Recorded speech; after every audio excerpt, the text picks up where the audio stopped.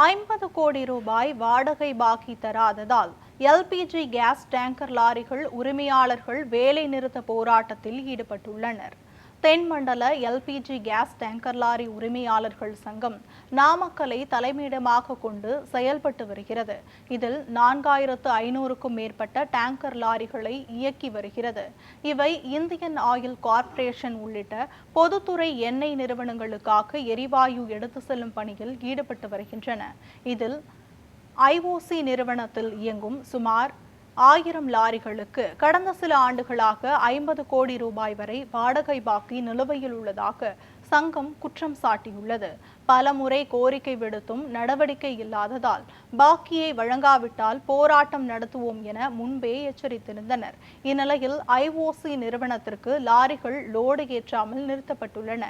ஏற்கனவே சர்வதேச சூழ்நிலை காரணமாக எரிவாயு தட்டுப்பாடு நிலவி வரும் நிலையில் இந்த வேலை நிறுத்தம் தொடர்ந்தால் தென் மாநிலங்களில் கடுமையான சிலிண்டர் பற்றாக்குறை ஏற்படும் அபாயம் ஏற்பட்டுள்ளது.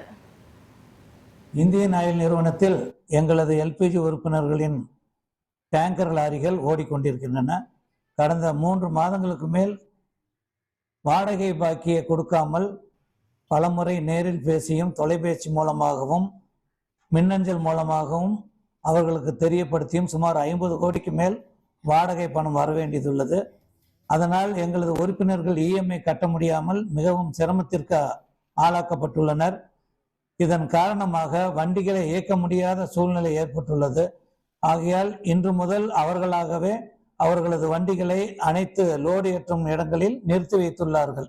இதில் பாதிப்பு என்றால் தினம் இன்னைக்கு இருக்கிற சூழ்நிலையில வண்டிகள் 40 வண்டிகளுக்கு லோடு சரியானபடி பாட்டிங் பிளான்ட் போகலினாவே மிகுந்த பாதிப்புக்கு நம்ம கார்பரேஷன்களை நிச்சயமா அது மாதிரி தான் நிலைமை இருக்கு. பாதிப்பு என்பதை விட உறுப்பினர்கள் பாதிப்பு மிகவும் அதிகமாக உள்ளது. அவர்களுக்கு பாதிப்பு எந்த விதத்திலும் பாதிப்பு இல்லை. உறுப்பினர்களுக்கு வாடகை வராத காரணத்தினால்தான் எங்களது வண்டிகளை டீசல் போடணும், இஎம்ஐ கட்டணும், டோலுக்கு பேமெண்ட் கொடுக்கணும்.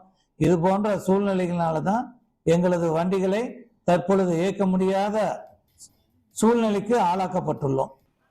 இதுக்கு முழுக்க ஆயில் நிறுவனங்களின் மெத்தனமும் மற்றும் அவர்கள் அலட்சியமாக கடந்த 3 மாதங்களாக எங்களுக்கு சரியானபடி பதிலும் கொடுக்கவில்லை, பணத்தையும் எங்களுக்கு கொடுக்காமல் மிகவும் காலம் தாழ்த்தி வருவதுதான் காரணம்.